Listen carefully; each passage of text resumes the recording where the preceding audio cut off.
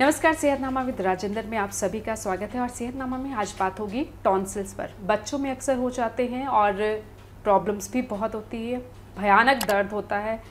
आज इसी पर बात करेंगे ENT surgeon doctor Raman Abrol ji के साथ। बहुत बहुत स्वागत है डॉक्टर रमन हमारे इस शो में। टॉन्सिल्स बहुत कॉमनली गले में दर्द हुआ और कई बार फीवर हो जाता है और मतलब उसके साथ रिलेटेड बहुत सारी प्रॉब्लम। सबसे पहले तो बताइए टॉन्सिल्स है क्या, होते क्या है?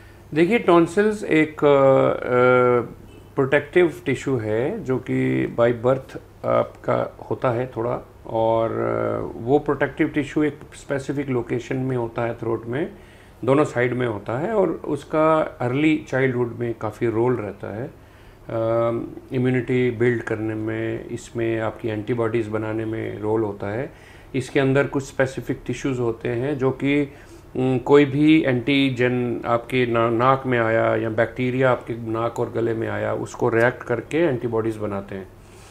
तो ये प्रोटेक्टिव टिश्यू है, लेकिन काफ़ी बच्चों में, काफ़ी एडल्ट्स की बात नहीं करते बिकॉज टॉन्सिल ज़्यादातर बच्चों का प्रॉब्लम है जी। तो काफ़ी बच्चों में ये काफ़ी मोटे हो जाते हैं, बड़े हो जाते हैं, साइज बिकम्स वेरी बिग। यहाँ पे स्वेलिंग भी जी, हो जाती है। तो उस साइज में और इनका फंक्शन थोड़ा चेंज हो जाता है और ये खुद इन्फ्लेम हो जाते हैं इंस्टेड ऑफ, तभी कहते हैं टॉन्सिल्स हो गए। हाँ, टॉन्सिल्स। अदरवाइज आप कह रहे हैं कि प्रोटेक्टिव टिश्यूज है। जब टॉन्सिल्स हो गए मतलब इन्फेक्शन हो गया। तो ये इंस्टेड ऑफ मेकिंग एंटीबॉडीज ये खुद इन्फेक्ट हो जाते हैं, ये लोड नहीं ले पाते तो खुद इन्फेक्शन चली जाती है, इसके अंदर इन्फेक्शन हो जाती है, सूज जाते हैं, पस बन जाती है, बहुत पेनफुल कंडीशन है, फीवर आते हैं, हाई ग्रेड फीवर आता है इसके साथ। और खैर एंटीबायोटिक से ये सब ठीक हो जाता है, लेकिन तो उसके रीज़न क्या होते हैं? कम्युनिटी इन्फेक्शन, बच्चे स्कूल जाते हैं, बच्चों आपस में मिलते जुलते हैं, गंदा खाना खाते हैं, गंदा कुछ खाते हैं, तो ये जर्म्स और वायरस ये सारे बच्चों में आते रहते हैं कम्युनिटी स्कूल के कारण, तो उस कारण इन्फेक्शन हो जाता है। अब अगर तो कुछ हद तक आपको साल में एक आधी बार इन्फेक्शन हो रही है तो डजेंट मैटर, बट कुछ बच्चों में ये बहुत फ्रीक्वेंट हो जाता है, उनका इम्यूनिटी काफ़ी लो हो जाता है और हर 15 दिन, हर महीने के बाद हम देखते हैं पेशेंट बच्चों को एंटीबायोटिक पे आते हैं, हर महीने 2 महीने में गला खराब, बुखार, वो सूजा हुआ, थोड़ा सा ठंडा खाया नहीं या खट्टा तो उनकी सेंसिटिविटीज बढ़ती जाती हैं, उनके इन्फेक्शन प्रोन होते जाते हैं, तो उस कंडीशन में फिर बच्चों में और प्रॉब्लम आने लग जाती हैं।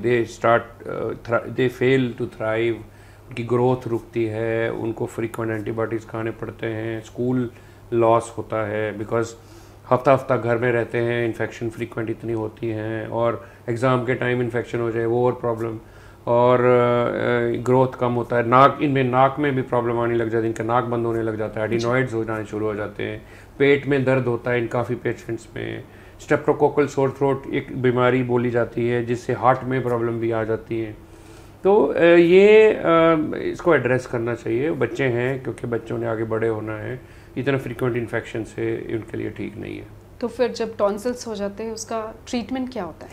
देखिए, इसमें हमारे बड़ी स्पेसिफिक गाइडलाइंस रहती हैं कि एडिनॉइड और टॉन्सिल इन्फेक्शन को हमने कंजर्वेटिवली ट्रीट करना है, उनको एंटीबायोटिक के कोर्स देने हैं, एंटी एलर्जिक्स लॉन्ग टर्म देना है, नेजल स्प्रे देना है और वॉच करना है, क्योंकि ये एंटीबायोटिक से ठीक तो हो ही जाते हैं, लेकिन अभी क्वेश्चन ये रहता है कि इनकी इन्फेक्शन की फ्रीक्वेंसी कितनी है, और अगर वो फ्रीक्वेंसी इतनी ज़्यादा है कि जो कि हमारे क्राइटेरिया में फिट हो रही है कि ये इनको कुछ और करना चाहिए, जैसे कि 5 से 7 अटैक्स इन अ ईयर, लगातार 3-4 साल से 3-4 अटैक हर साल हो रहे हैं, इस तरह के जो क्राइटेरिया हमारे पास रहते हैं, अगर ये पेशेंट उसमें फिट होता है और हम अगर एग्जामिन करें विजिबली और टॉन्सिल्स अनहेल्दी हैं, नॉर्मल कंडीशन में भी बड़े लार्ज और अनहेल्दी हैं, तो उन पेशेंट्स को काफ़ी प्रॉब्लम हो रही हैं इनडायरेक्टली, जो कि शायद वो बताते भी नहीं हैं, तो ऐसे पेशेंट्स को हम सर्जरीज भी एडवाइस करते हैं। टॉन्सिल्स निकाल दिए जाते हैं? हाँ, इसमें अब हमारा सेंटर थोड़ा इसमें टेक्नोलॉजिकली हम एडवांस्ड हैं। हमारे सेंटर में एक लेज़र अवेलेबल है जिसको हम कोबलेशन बोलते हैं, प्लाज्मा नाइफ बोलते हैं, इससे टॉन्सिल्स को रिमूव किया जाता है जो कि ब्लडलेस होता है। इसमें टॉन्सिल टिश्यू को पकड़ के हम इवेपोरेट करते हैं, द इंटरवीनिंग टिश्यू को उस पर्टिकुलर टेक्निक से इवेपोरेट करके सेपरेट कर देते हैं। तो वो सेपरेट होने से वो निकल देते हैं और हम निकाल देते हैं उनको टोटली, वो दोबारा नहीं होते। टिश्यू ही निकाल दिए जाते हैं या टॉन्सिल? ओके। टॉन्सिल एक गोल एक बॉल टाइप छोटे छोटे टिश्यू होते हैं दोनों तरफ। वो एक झिल्ली से अटैच्ड रहते हैं बाकी बॉडी माउथ के अंदर। वो बहुत थिक किसी टिश्यू से अटैच नहीं रहते हैं, पतली झिल्ली से अटैच रहते हैं। वो झिल्ली को हम जब जैसे ही इवेपोरेट करते हैं वो सेपरेट हो जाते हैं पूरे। तो वो दोनों टॉन्सिल्स अगर हम निकाल देते हैं, पेशेंट हफ्ते 10 दिन के अंदर पूरा ठीक हो जाता है, उनकी इन्फेक्शन ठीक हो जो इन्फेक्शन हुआ है उसे निकाला जाता है। टॉन्सिल्स जो टिश्यू जो है वो पूरा टॉन्सिल ही निकाल देते हैं। तो उसका कोई नुकसान नहीं? कोई नुकसान नहीं है, बिकॉज एक स्टेज ऐसी आ जाती है जब ये उनका फायदा जो है वो नहीं रहता है। वो इन्फेक्शन से उसका फायदे के बदले नुकसान होने लग जाता है, तो इसलिए वो पूरा ही निकालना पड़ता है। क्योंकि ये जो टॉन्सिल्स का प्रोटेक्टिव फंक्शन है, ये माना जाता है कि शुरू की एज में तक ही इसका रोल रहता है। कितनी एज तक? 2, 4, 5 साल की एज तक। उसके बाद और आसपास और कई टिश्यू होते हैं जो कि इनका रोल टेक ओवर कर लेते हैं। तो इसलिए हमने देखा है और रिसर्च भी कहती है, क्योंकि टॉन्सिल सर्जरी की बहुत लंबी हिस्ट्री है, बहुत डेकेड्स या सेंचुरीज, हाँ सेंचुरीज से हो रही है ये। और इस पे काफ़ी डेटा है कि टॉन्सिल्स रिमूव करने से पेशेंट को कोई नुकसान नहीं है, जो भी खासकर जो इन्फेक्टेड टॉन्सिल्स अगर निकाले। तो इसलिए ये सेफली कॉमनली प्रोसीजर अडॉप्ट किया जाता है वर्ल्ड वाइड। पूरी दुनिया में लोगों के सर्जिकल ENT डिपार्टमेंट्स की लंबी लंबी वेटिंग लिस्ट रहती है। So it's a very common procedure. So जब सर्जरी करते हैं तो कुछ कॉम्प्लिकेशंस भी जुड़ी हुई हैं, कुछ दिक्कत भी आ सकती है, क्योंकि सर्जरी के नाम से डर लगता है। नहीं, ऐसे है कि एक ये क्वेश्चन मेरे को बहुत कॉमनली लोग पूछते हैं पेशेंट्स के, बच्चों के पेरेंट्स के, क्योंकि बच्चों की सर्जरी है इस वजह से। बच्चों के पेरेंट्स ये बड़ी कॉमनली पूछते हैं कि क्या ये दोबारा हो सकते हैं। वो मैं आपको क्लियरली बोलता हूँ कि दोबारा नहीं होते हैं। टॉन्सिल एक बार कंप्लीट रिमूव हो जाए तो वो वहाँ से आएंगे ही नहीं, क्योंकि वो निकल ही चुके। एक तो ये मिसकंसेप्शन दूर करना चाहता हूँ। दूसरा, सर्जरी का इमीडिएट सर्जरी के बाद 10 दिन वो इम्पॉर्टेंट है, क्योंकि उसमें दोबारा इन्फेक्शन थोड़ा बहुत पेशेंट को उस बेड, टॉन्सिल रिमूवल जहाँ किया उस बेड में इन्फेक्शन हो तो उसमें ब्लीडिंग का चांस रहता है। अगर छोटा बच्चा, काफ़ी छोटा बच्चा, उसमें रिजर्व कम होता है तो वो एक इमरजेंसी बन जाती है कि बच्चा ब्लीड कर रहा है, वो उसका लंग्स में भी जा सकता है। तो एक तो वो कॉम्प्लिकेशंस हैं जो कि सीरियस हैं, होती रेयर हैं, बिकॉज सारे पेशेंट एंटीबायोटिक्स पे होते हैं और वो होती नहीं है। लेकिन कई लोग प्रिकॉशंस नहीं लेते, इन्फेक्शन हो सकती है। तो ये एक तो ये वॉच रखना है। तो पहले 10 दिन फूड प्रॉब्लम्स रहती हैं, खाना पीना बच्चा नहीं खाता है, डिहाइड्रेट हो सकते हैं, गर्मी का मौसम है तो उनमें ज़बरदस्ती खिलाना पिलाना पड़ता है। पेन किलर्स हम देते हैं, पेन लेस कर देते हैं, उनको खा लेते हैं वो लोग। तो एक तो ये 2-3 चीज़ें इंपॉर्टेंट हैं।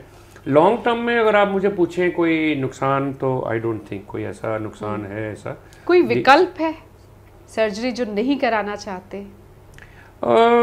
विकल्प तो नहीं है, बट मैं पर्सनली अपनी बात भी कर रहा हूँ। जब मैं छोटा, मेरी भी टॉन्सिल सर्जरी हुई है 8-10 साल की। और आप उसके बाद डॉक्टर भी बने? डॉक्टर भी टॉन्सिल के ही हुए। तो लेकिन मुझे याद है, और हम देखते हैं पेशेंट्स के काफ़ी लोग होम्योपैथी की तरफ भी जाते हैं और काफ़ी लोग क्लेम करते हैं कि हम काफ़ी बेटर हो गए हैं।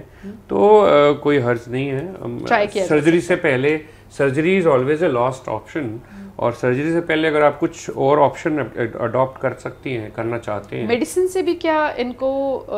मेडिसिन से हम सिर्फ इन्फेक्शन ठीक कर सकते हैं, उनको उनका दोबारा जो हो रही है वो नहीं जा, उनके दोबारा इन्फेक्शन होने को हम रोक नहीं सकते हैं, और उसका कोई दवाई ऐसा सच नहीं है। प्रिवेंशन भी बताइए। प्रिवेंशन में बस वही है कि बार बार गंदी चीजें ना खाएं, बच्चों को कहाँ तक जंक ना खाएं। बच्चे बाहर जाएंगे भी, खाएंगे भी, वो तो है ही है, बट जंक ना खाएं। और ऐसे बच्चों को आप प्रॉम्प्टली ट्रीट करें, और एलर्जीज जिसको हैं उनको एलर्जी को ट्रीट करें। और बस यही है, ये भी बच्चों की लाइफस्टाइल टाइप प्रॉब्लम ही है, और जंक का जो रोल है इसमें काफ़ी, तो उसका ध्यान रखें तो ठीक रहेंगे। जाते जाते कुछ टिप्स देना चाहेंगे?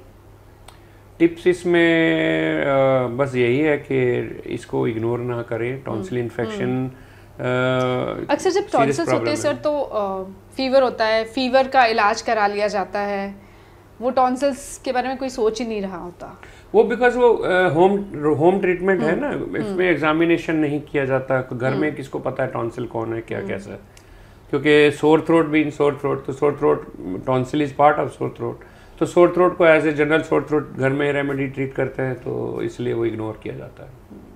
बहुत बहुत शुक्रिया सर इस पूरी जानकारी के लिए। उम्मीद करती हूँ टॉन्सिल्स का इलाज आपको इस वीडियो के जरिए मिल गया होगा। वीडियो पसंद आए तो लाइक और शेयर भी ज़रूर करिए।